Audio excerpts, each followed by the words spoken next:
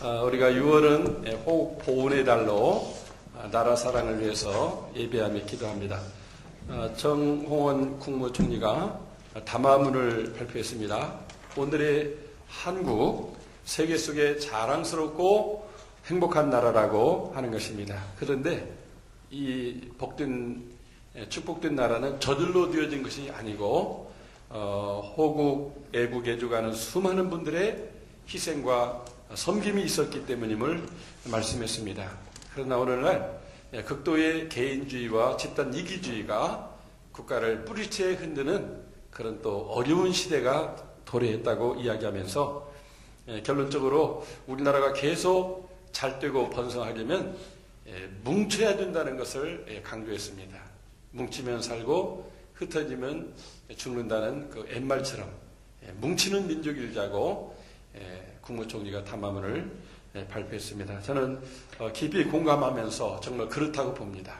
오늘 우리의 이 자유와 번영과 행복은 저절로 된 것이 아니고 우리 선조들이, 특별히 믿음의 선배들이 기도하면서 자기 희생을 통해서 오늘의 복된 나라를 이루게 되었다고 하는 것을 공감합니다.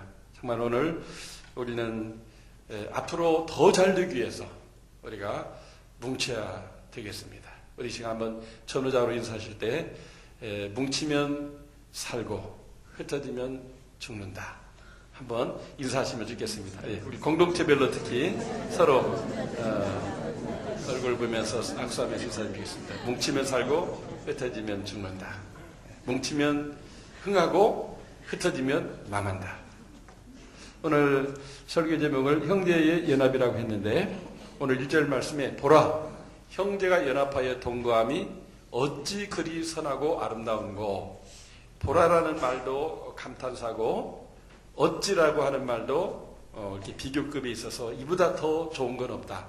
선하고 아름다운 것.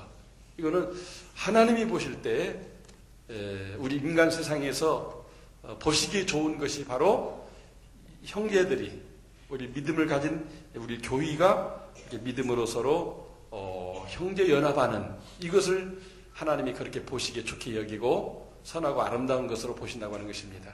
하나님만이 아니라 우리가 볼 때도 형제가 연합할 때 정말 그곳은 천국이 따로 없을 정도로 행복이 가득한 곳이 되게 되는 것입니다. 이렇게 형제가 연합하게 될 때 하나님은 내리신다고 그랬어요. 내리심과 같다고 했는데 바로 이것은 하나님이 보배로운 기름을 이렇게 내려주는 것과 같고 헐몬의 이슬이 내려오는 것과 같다. 형제가 연합하는 그 관계와 그 모임을 하나님이 축복해 준다고 하는 것입니다. 거기서 복을 명하셨다. 그래서 하나님은 이렇게 형제 연합하는 곳을 복 주시도록 계속 이렇게 말씀하시는 하나님이신 것입니다. 그러나 형제 연합은 쉬운 것만은 아닙니다.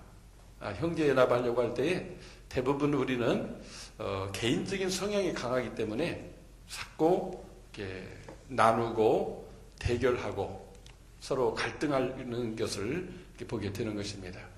그래서 옛날에는 참 이렇게 3대가 걸쳐서 함께 사는 그런 구조 속에서 우리가 살아왔는데 요즘은 핵가족화가 되다 보니까 다른 가족들이 뭐 하루 이틀은 좋은데 일주일, 한 달 살다 보면 갈등이 심화돼 가지고 정말 천생연분이 아니라 형제 간에도 평생 왼수가 되는 그런 경우가 많습니다. 정말 형제가 연합해서 이렇게 함께 살아가는 거 쉽지 않다고 하는 것입니다. 원수마귀는 계속해서 우리 마음에 분열을 일으키고 네가 잘나서 우리의 감정을 부추겨서 어떻게든 이렇게 나누어지고 갈등하게 하려고 하는 것이 마귀 역사이십니다. 그래서 하나님은 우리가 어떤 경우에도 형제연합을 추구하라고 말씀하고 있는 것입니다. 어느 가정에 이렇게 사형제가 있었는데 셋째 아들이 좀 이렇게 망나니가 있습니다. 불량하고 이렇게 또 주먹들과 함께 다니면서 싸우고 또 이렇게 잡혀가고. 이 둘째 형이 그 동생을 맡아서 이제 돌보다가 나라에 이제 자원 입대해 가지고 해변대를 가게 됐습니다. 그 형 생각에, 다른 형제들 생각에, 아, 이제 사람 됐구나. 해병대 갔다 오면은 사람 될 거야. 그런데 제대하고 하루는 좋더니 그 다음날부터 둘째 형의 형수에게 시비를 거는 겁니다. 아니, 이 반찬 이게 뭐냐고. 군대밥도 이보다는 더 좋다고. 아니, 내가 소냐고. 나한테 채소만 주게. 돈 벌어서 다 뭐 하냐고. 고기국 좀 달라고. 이렇게 하면서 어떤 때는 또 언짢은 표정을 지으면은 막 이 상을 뒤집어 엎는 겁니다. 뭐 이게 거의 매일 이렇게 반복되는 일 속에서 그 형수님은 기가 막혀가지고 울면서 남편에게 하소연합니다. 정말 당신이 나를 선택하더니 저 동생을 선택하는 둘 중 하나 선택하라고. 나 이제 더 이상 못 살겠다고. 애들 데리고 나가겠다고. 그때 그 형은 동생을 붙잡고 그래서 는 안 된다고 설득하고 또 아내를 붙잡고 조금만 참으면 동생이 이제 취직하고 자기 자리 잡으면 되는 건데 조금만 참자고 이것까지 참자고 이렇게 설득을 하면서 이제 형제연합을 추구했습니다. 정말 너무나 형제가 이렇게 같은 핏줄에 태어난 형제도 사람마다 개성이 다르고 어떤 그 성격이 다르기 때문에 이런 갈등과 어려움이 있어지게 되는 것입니다. 하나님은 그러한 우리에게 그럼에도 불구하고 형제연합이 중요하다고 형제연합을 추구하라고 말씀하고 있는 이유가 있습니다. 바로 그것은 형제연합을 해야만 하나님이 보시기에 좋아서 하나님이 계속 복을 내려줄 수 있기 때문에 그렇습니다. 하나님은 형제연합하는 사람이나 그 가정이 잘 되도록 계속 영적인 복과 물질적인 복과 또 이렇게 이 땅에서 천국을 누리는 영생의 복을 허락해 주시는 것입니다. 그래서 히브리서 6장 14절에 보면 내가 너를 복주고 복주며 번성하게 하고 번성하게 하기라 하는 말씀을 아브라함에게 주셨는데 하나님은 형제연합을 추구하는 아브라함을 정말 복주고 번성하게 한 것을 보게 되는 것입니다. 아브라함이 이게 고향을 떠날 때 믿음이 다르기 때문에 따라오질 않아요. 근데 그 형제의 참 조카가 아버지 어머니 일찍 잃어버리고 고아가 되었는데 그 롯이라고 하는 조카를 아들처럼 데리고 가서 돌봐주고 참 먹여주고 입혀주고 또 같이 부자가 되니까 재산을 나누어서 함께 부자가 되게 하고 적군에게 붙잡혀서 포로로 잡혀가니까 쫓아가서 목숨 걸고 싸워가지고 그 조카 가족을 또 재산을 되찾아오고 나중에는 죄악된 세상으로 가가지고 소돔 고모라에서 막 멸망당할 위기 있으니까 정말 계속해서 반복적으로 하나님 앞에 의인 10사람만 있어도 망하지 않게 해달라고 간구하면서 그 조카를 향한 형제를 향한 그 간절한 중보기도를 드리게 될 때 정말 하나님이 그 롯과 두 딸을 다 멸망받아야 마땅한데 구원받게 해준 것을 보게 됩니다. 정말 형제연합을 위해서 자기 생명까지도 아깝게 생각하지 않고 헌신하는 아브라함을 하나님은 믿음의 조상도 되게 하시고 열국의 아비 복의 근원이 되게 하신 것을 보게 되는 것입니다. 오늘 말씀에도 여기 아론의 이름이 나와 있습니다. 보배로운 기름이 아론의 머리에 부어지는데 그 수염으로 이렇게 흘러오고 그 수염에 흐르는 그 기름이 계속해서 이렇게 옷자락을 타고 이렇게 흘러내리게 된다고 말씀해주고 있습니다. 아론도 형제연합을 통해서 복받은 자입니다. 아론의 동생 모세가 하나님의 부름을 받았을 때 말이 어둔해서 또 오랫동안 그 애굽을 떠나 있다 보니까 애굽 말을 잊어버려서 제대로 하나님의 뜻을 전할 수 없는 거예요. 그때 하나님은 아론을 이제 동역자로 대변인으로 세워주게 되는데 모세와 이 아론이 함께 바로 왕에게 가서 하나님의 뜻을 전하는 겁니다. 정말 이거는 극과 극의 상태이기 때문에 한순간 모세도 죽고 아론도 죽을 수 있는 입장입니다. 그러나 정말 동생을 위해서 또 하나님의 뜻을 위해서 기꺼이 형제연합을 추구하는 아론의 모습을 보게 되는 것입니다. 모세가 이스라엘 민족의 해방자 구원자로 막 왕처럼 대우받을 때 자기는 형인데 정말 별 볼 일 없는 사람으로 있게 된다고 하죠. 나중에는 제사장의 직분을 맡았는데 그게 좋게 보면 좋은 거지만은 백성들의 죄사함 받기 위해서 날마다 양과 소를 잡는 백정고 같은 일을 하는 거거든요. 사람들이 내주 때문에 이 양이 멀리다가 이렇게 기도하고 전가시키고 그걸 죽이면 그 피를 받아가지고 제사장은 성소에다가 뿌리면서 이 사람 용서해달라고 하는 게 그거들요. 날마다 피 냄새 맡으며 살아야 되는 게 아론이었어요. 그러나 두말하지 않고 하나님을 위하는 일이요, 또 모세를 위하는 일이라면 그렇게 동생과 협력하고 형제 연합하는 모습을 봅니다. 이런 아론을 하나님 축복해 주시고 그 아들들이 계속해서 그 제사장직을 수행하면서 그런 명문가를 이루도록 축복해 주신 것을 보게 되는 것입니다. 구약 성경뿐 아니라 신약 성경에도 나오는 존귀한 자로 쓰임받은 사람들은 보면 다 형제 연합의 정신이 있습니다. 우리가 아굴라 브리스길라 부부가 바울과 그 장막치는 직업이 같으므로 같이 이렇게 형제 연합을 해줍니다.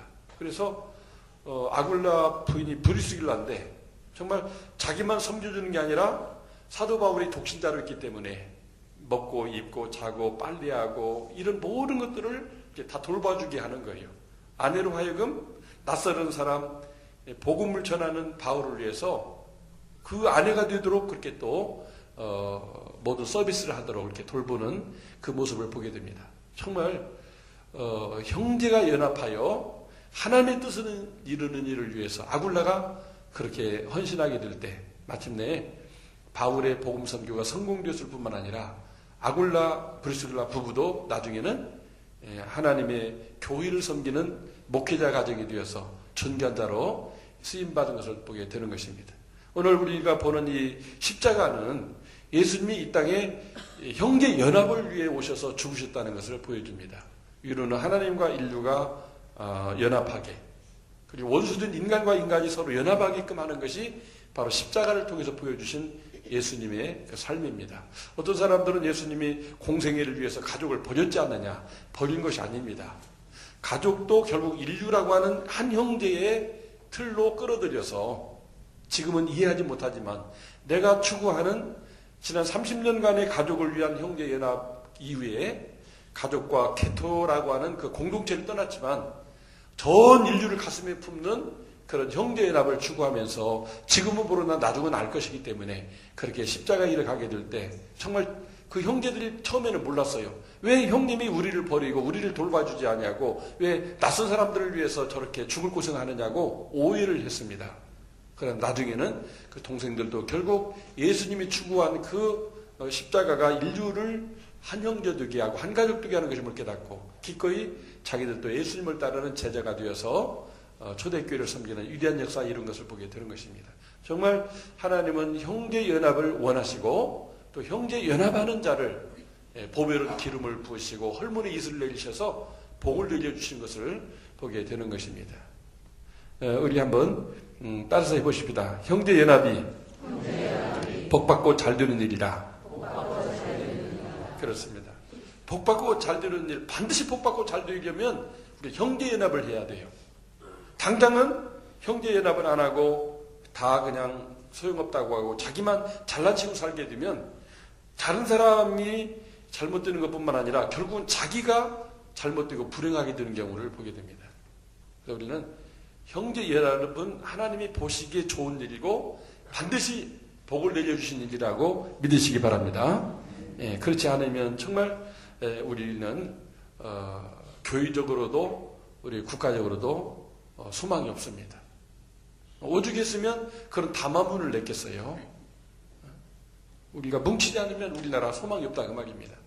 그러나 뭉쳐서 이만큼의 발전을 이루었다면 계속 우리가 뭉치게 되면 남북 평화통을 이루고 정말 세계 속에 복받은 나라가 될 수 있다고 하는 것입니다. 오늘 형제연합을 생각하면서 또 다른 성경을 찾아보았습니다. 형제연합의 원리, 어떻게 형제연합해야 되는가 하는 것인데요. 내가 먼저 하나님과 연합해야만 형제연합이 이제 가능하다고 하는 것입니다. 하나님과 연합되지 않고 다른 사람과 연합을 먼저 추구하게 되면 그게 잘 되는 것 같지만은 안 된다 그 말이죠. 그래서 열왕기하 18장 6절에 보니까 저가 여호와께 연합하여 떠나지 아니하고 이런 말씀이 있어요. 여기서 말하는 저가는 히스기야 왕이거든요. 히스기야 왕은 이 형제 연합을 철저하게 추구한 사람이었어요. 그럴 때 이사야 선지자를 통하여서 축복도 받고 말씀도 받고 죽을 병이 걸렸을 때 또 나음도 받게 되고 적군이 쳐들어와서 예루살렘을 겹겹이 포위했지만 하나님과 연합을 추구한 사람이기 때문에 하나님의 군대를 동원해서 하루 밤사이에 적군 18만 5천 명이 죽어나가면서 결국은 적군이 물러가게 되는 그런 놀라운 역사를 체험하게 됐습니다. 그 모든 그 비결이 뭐냐? 이 히스기야 왕이 하나님과 연합을 추구했기 때문이라고 하는 것입니다. 하나님과 연합을 추구할 때 하나님이 함께 하시고 그 사람을 통해서 많은 사람이 복받는 역사가 이루어지는 줄로 믿습니다. 예수님도 너희가 내 안에 내가 너희 안에 거하면 무엇인지 원하는 대로 구하라. 그러면 이루리라고 했어요. 우리 주님과 연합하면 우리의 소원이 성취된다 그 말입니다. 그래서 우리는 먼저 주님과 연합을 추구해야 돼요. 그래서 십자가를 볼 때 하나님으로부터 우리 사람이 연합되는 이게 먼저입니다. 십계명에도 하나님을 먼저 사랑하라. 하나님과 먼저 연합해라. 그러면 이웃과 내가 이렇게 연합되는 이렇게 흉적인 연합과 만남이 잘 될 수가 있다고 하는 것입니다.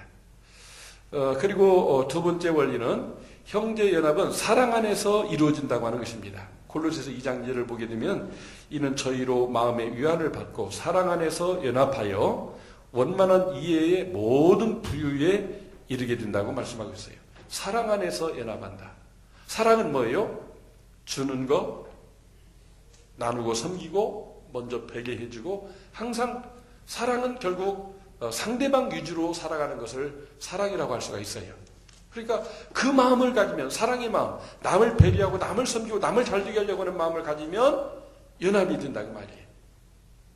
그래서 우리 예수 믿는 사람들은 다 성부, 성자, 성령 하나님이 우리를 위하여서 마침내 십자가에 죽기까지 하셨다고 하는 이 진리를 받아들인 사람이기 때문에 항상 내가 희생해서 내가 헌신해서 내 집안이 잘 되고 내 교회가 잘 되고 내 민족이 잘 수 있다면 기꺼이 내 한 목숨 바치겠다고 하는 그 마음을 소유한 자가 진정한 그리스도인이라고 할 수가 있는 것입니다.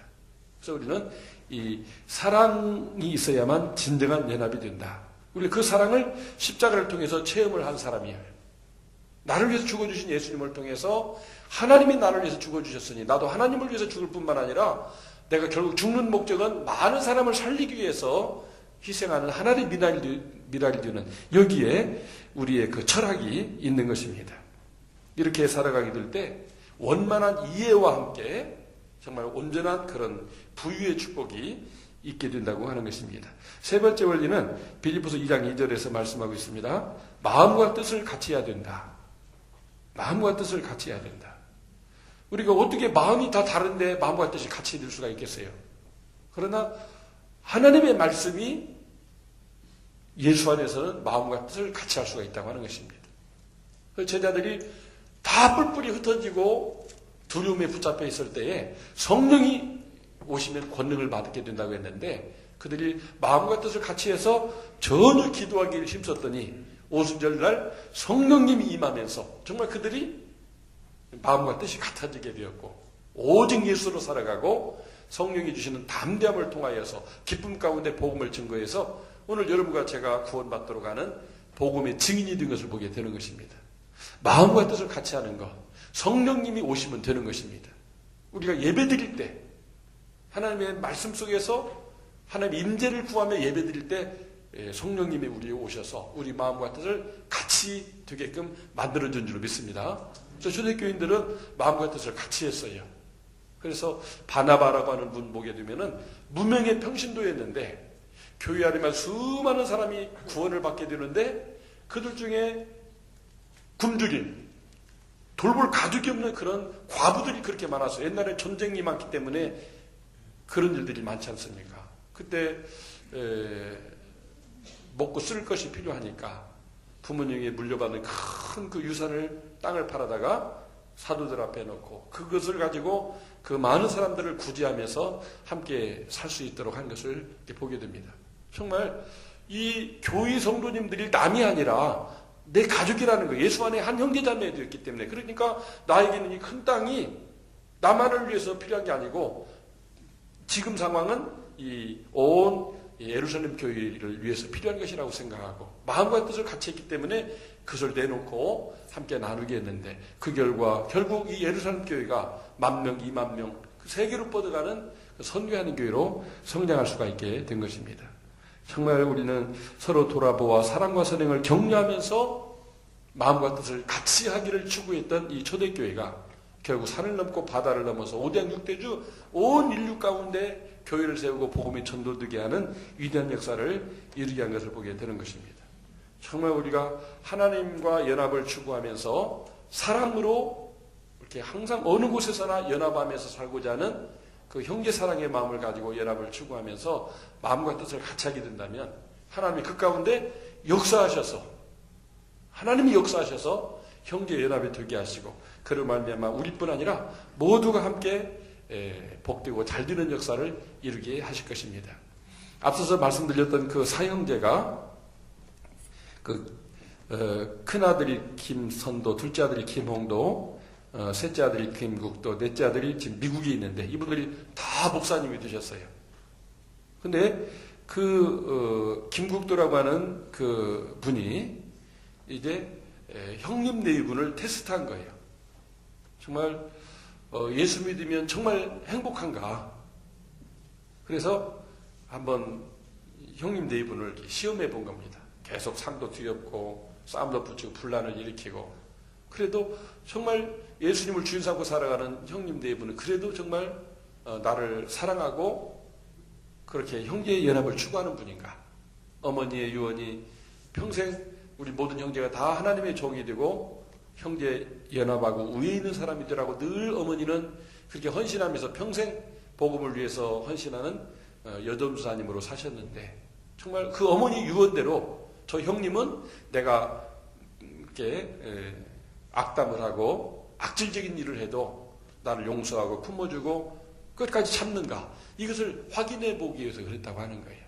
어느 날 이 김국도라는 동생이 교회 갔다 오더니 형님, 형수님 나 기도원 좀 한번 다녀와야 되겠습니다. 여비 좀 주세요. 그래서 줬더니 일주일 후에 이렇게 돌아왔을 때는 완전히 얼굴 모습, 삶의 모습이 달라져가지고 나도 형님처럼 어머니 유언처럼 목회자의 길을 가겠습니다. 그렇게 해서 목회자가 되었는데 정말 그 사형제가 다 수만 명 목회하는 훌륭한 목회를 하면서 한국 감리교회를 이끌어가는 그런 축복된 가문을 이룬 것을 보게 되는 것입니다. 정말 우리가 형제 연합이 어렵지만 주님과 연합되었기 때문에 또 하나님이 부어주신 사랑이 있기 때문에 어머니의 그 유언이 있기 때문에 마음과 뜻을 같이 해서 이렇게 연합하려고 할 때에 그런 놀라운 회심의 역사와 하나님의 소명 역사가 있어서 위대하게 들어 쓰임받게 된 것을 보게 되는 것입니다. 정말 형제 연합하는 자에게 보배로운 기름이 머리에 부어지게 되면 그게 다음 때 그 다음에 오기까지 3대 4대 계속 축복이 흘러가게 된다고 하는 말입니다. 그런 축복이 우리들에게 있기를 바랍니다. 헐모니 이슬이 시온의 산들에 된다는 것은 시온 산은 높은 이게 산악지대라 비가 오지 않으면 나무나 풀이 살 수가 없어요. 그러면은 양이나 소도 살 수가 없고 근데도 1년 내내 나무가 잘 살고 풀이 잘 살아요. 그 이유는 비가는 오지 않지만 헐모산의 그 눈 녹은 물이 밤사이 수증기가 돼서 이슬로 내려지게 됩니다. 그것을 먹고 풀이 자라고 나무가 자라게 된다는 말이죠. 헐몬의 이슬이 이스라엘 민족의 젖줄이라는 말이죠.